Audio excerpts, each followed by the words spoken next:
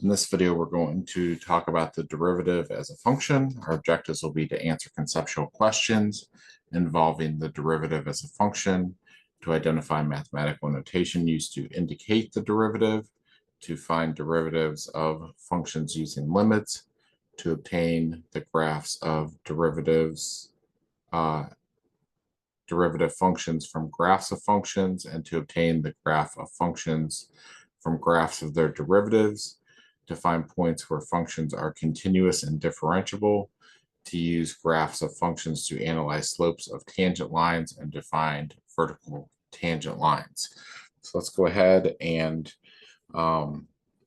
look here at the definition of the derivative of a function again. We talked about this last time. The derivative of f is the function f prime of x is equal to the limit as h approaches 0 of f of x plus h minus f of x over h. We can use other notation instead of f prime, like df dx. Make sure that those are straight and not curly at all. It means something different if your d looks like that than if it has a straight line. Or you can write this as d dx of the function f of x, like that. So this is the differential operator with respect to x on f of x. This is the derivative of f with respect to x, and we want to write that as a function of x is what that means.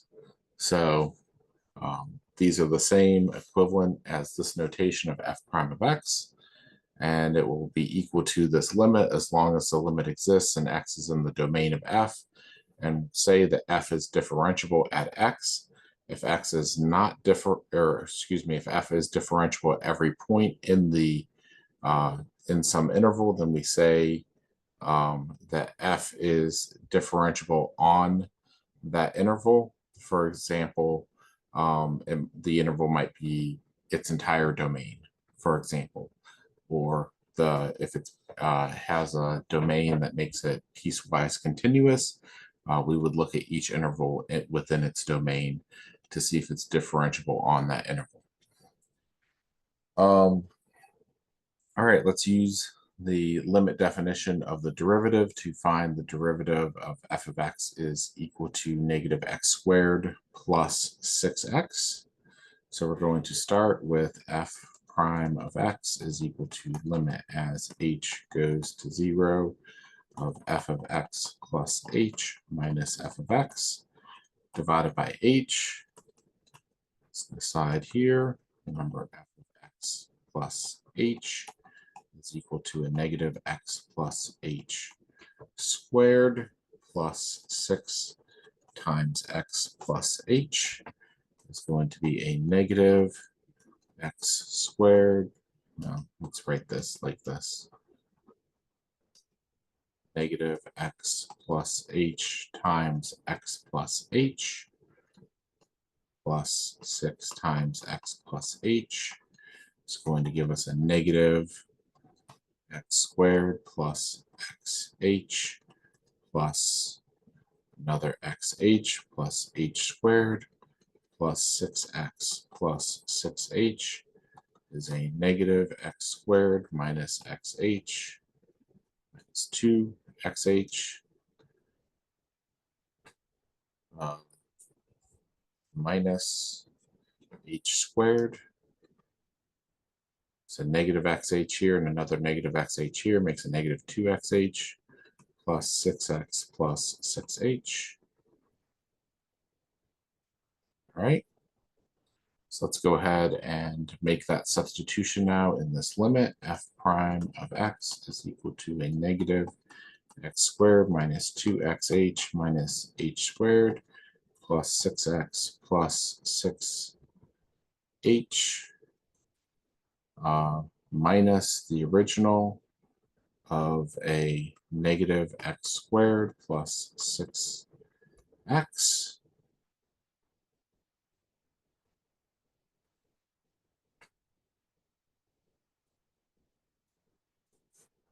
All right.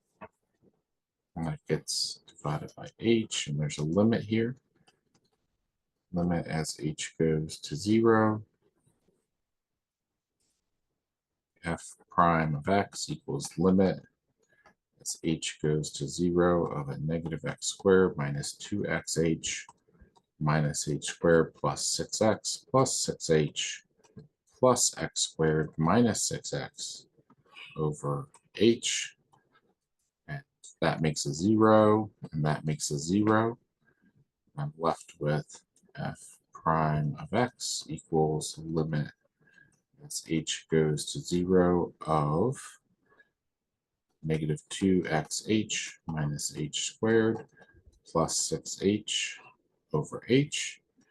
F prime of x is equal to limit as h goes to 0. We're going to factor that common factor of h out and get a negative 2x minus h plus 6 over h. Cancel these. Get f prime of x is equal to limit as h goes to 0 of a negative 2x minus h plus 6 is negative 2x minus 0 plus 6 is a negative 2x plus 6 for f prime of x.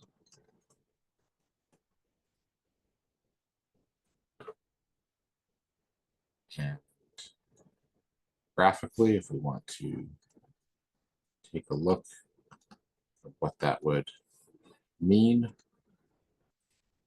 we would have here, this function crosses at 0, 0, and at 6, 0, it's a parabola that opens down, contains 0, 0, and 6, 0 here. At this should be x equals 3 right here. We should have, there's 3, 4, 6. Should go through, this should be the tangent line here, crossing through at 6 and here. Doing my best to draw a straight line, sorry. There we go. So imagine that's a straight line through the points 0, 6 and 3, 0. That corresponds to the fact that there's a horizontal tangent line right here at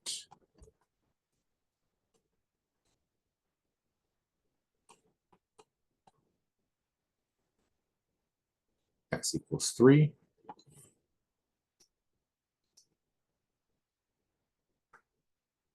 Like that. So we see a local maximum here, and that's going to be an important concept later.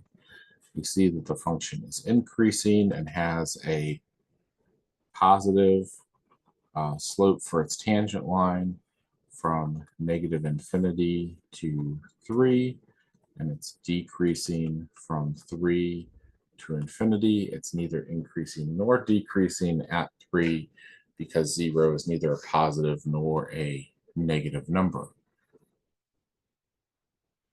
Let's do some more examples and break them down. Consider f of x is equal to negative x to the fourth plus 2x squared plus 2, and its derivative will be f prime of x equals negative 4x cubed plus 4x. We'll learn in one of our next videos coming up here how to do that without doing the limit definition, but just assume that that's correct. And let's look at the graphs here, discuss the relationship between the graphs of f of x and f prime of x. So looking at f prime of x in blue here is equal to negative 4x to the third plus 4x. If I factor out a negative 4x here, I get x squared minus 1. So negative 4x times x plus 1 times x minus 1, and it has zeros that will be at negative 1, 0, and 1. And if I look at the places that are turning points for my original function, they are at x equals -1, x equals 0, and x equals 1, that there's local high points and low points there in the graph. They're also my cutoffs for where the function stops increasing and starts decreasing, or stops decreasing and starts increasing. So I see where the derivative is positive, the original function was increasing. So we're increasing from -infinity to -1, and also from 0 to 1. And we're decreasing where the derivative is negative here, which is from -1 to 0 and from 1 to infinity.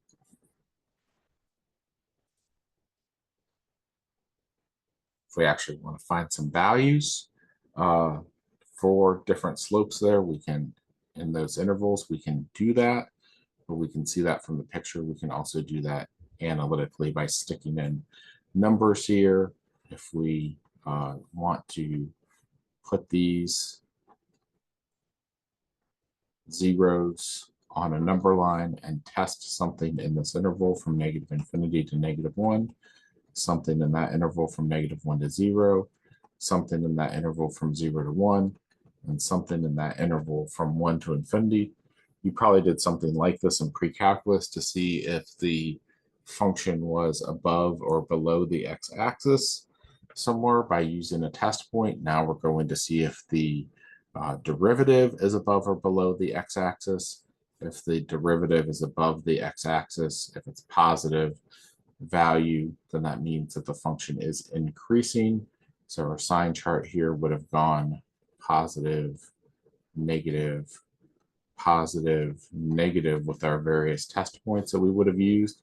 And that would have shown us increasing, decreasing, increasing, and decreasing. That's kind of just a look ahead to something that we're going to call the first derivative test, and we'll get there later.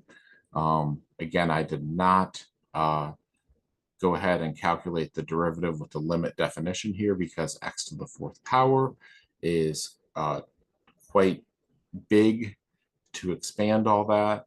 And we're just going to notice some patterns on things coming up here and how they work, and we'll get from this step to this step using some rules coming up here. We're still practicing with the limit definition of the derivative. Same thing with this one, that this one's a little messy and complicated with the x squared minus 1 in the denominator here. So I'm not going to just use the limit definition here. I'm going to tell you that the derivative f prime is a -2x over x squared minus 1 to the second. We can see those same relationships forming here, that where we noticed here that the degree of the derivative was 1 less than the degree of the original. Same thing as kind of going on here, that this was big idea, something to the negative first, and this is that something to the negative second here.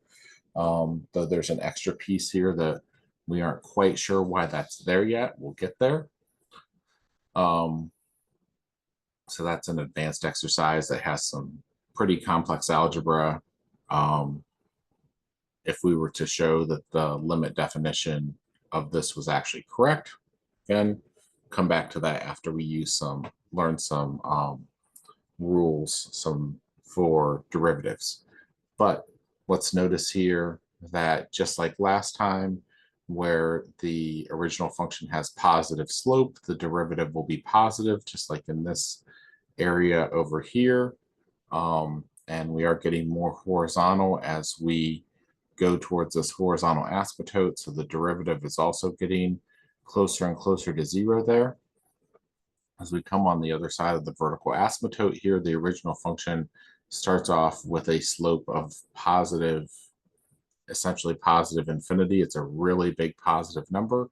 So our derivative is going to start up here at positive infinity. It goes towards a maximum here where the slope is 0. So we're going to come down to 0, and then it tends down towards negative infinity here. And then on this piece that's red over here, we have negative slope. We're going downhill. So all of our derivative values will be negative over here. We see that we have the same asymptotes for our derivative as we had for our original.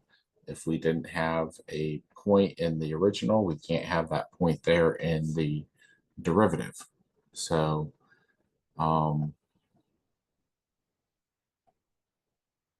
think that's all that I wanted to show you. We can talk about increasing and decreasing here for our original function.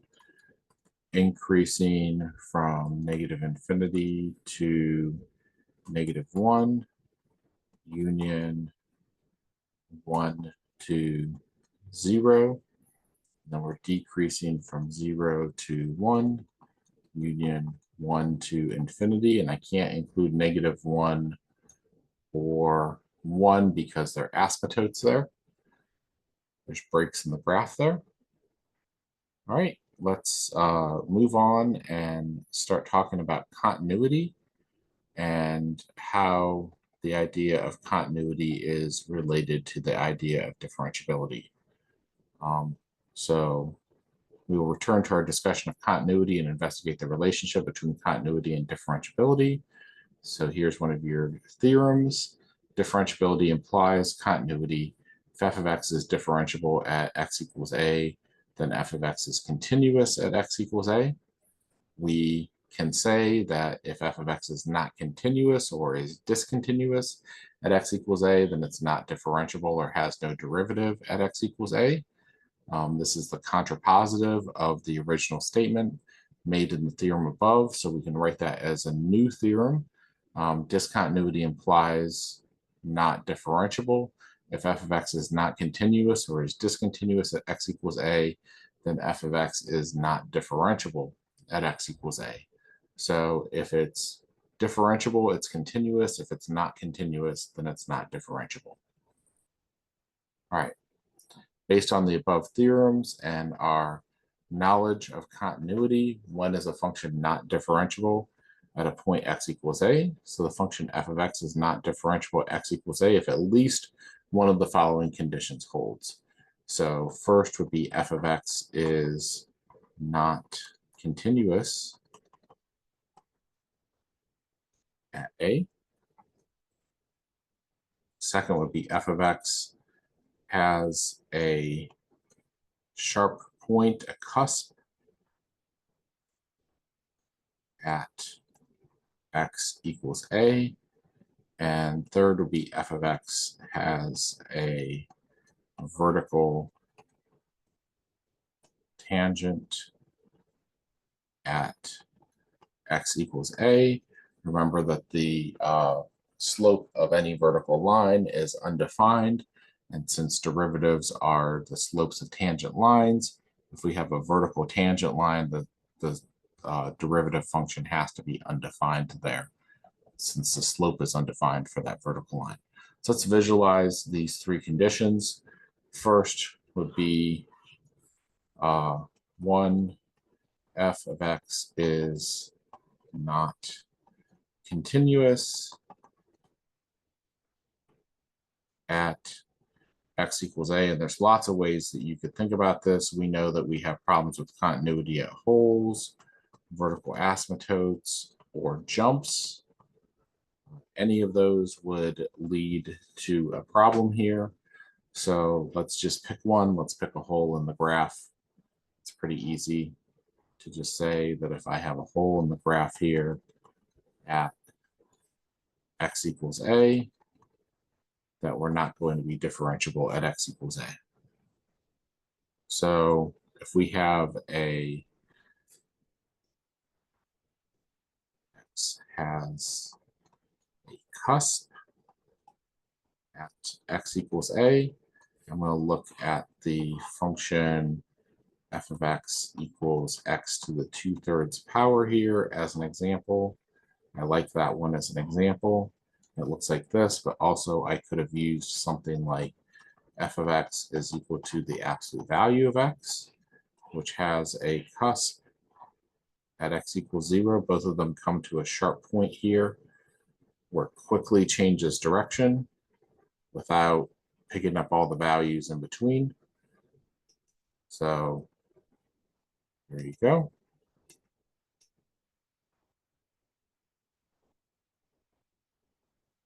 any sharp corner like that from an absolute value, or an even over an odd rational power like that. We could get all types of situations here. I guess I should show you several graphs here. Anytime there would be a pole, or there would be a vertical asymptote,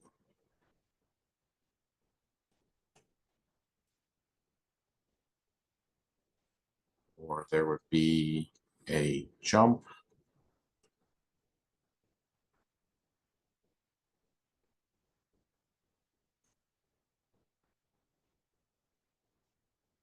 maybe like that.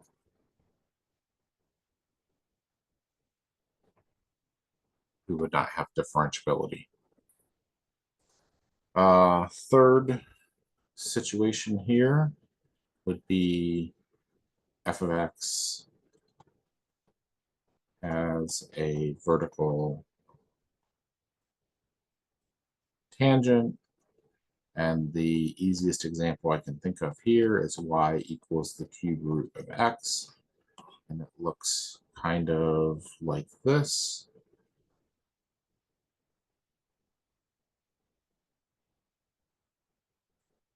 Where it's coming up, coming down, and approaching this vertical line right here at x equals 0.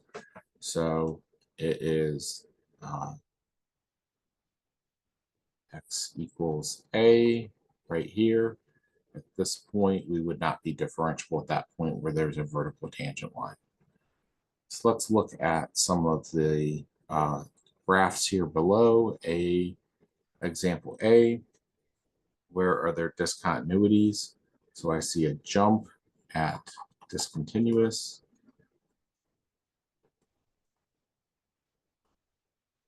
at x equals a -3.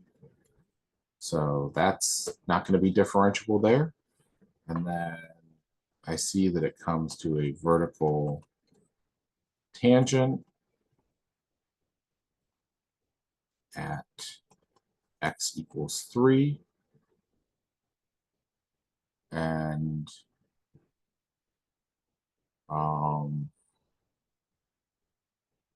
I can't tell if there's asymptotic behavior over here at -9, or if it goes on forever, or if there's an endpoint over there. So I'm just going to stick to the points that I know for sure.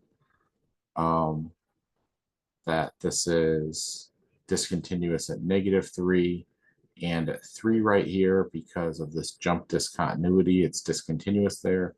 And because of this vertical tangent line, I don't see any sharp points, cusps there. We have a discontinuity of vertical asymptote at x equals -3 here.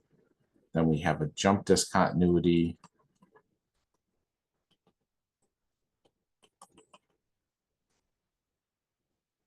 at x equals 1. Then we have a cusp at x equals 3. Those are all problems for me for differentiability there. So pay attention to the fact that if we would try and find the derivative function, it would be undefined at -3 and at 1 and at 3. All right, that's it for this video, and we'll come back next time and we'll talk about basic rules of differentiation. See you for the next video.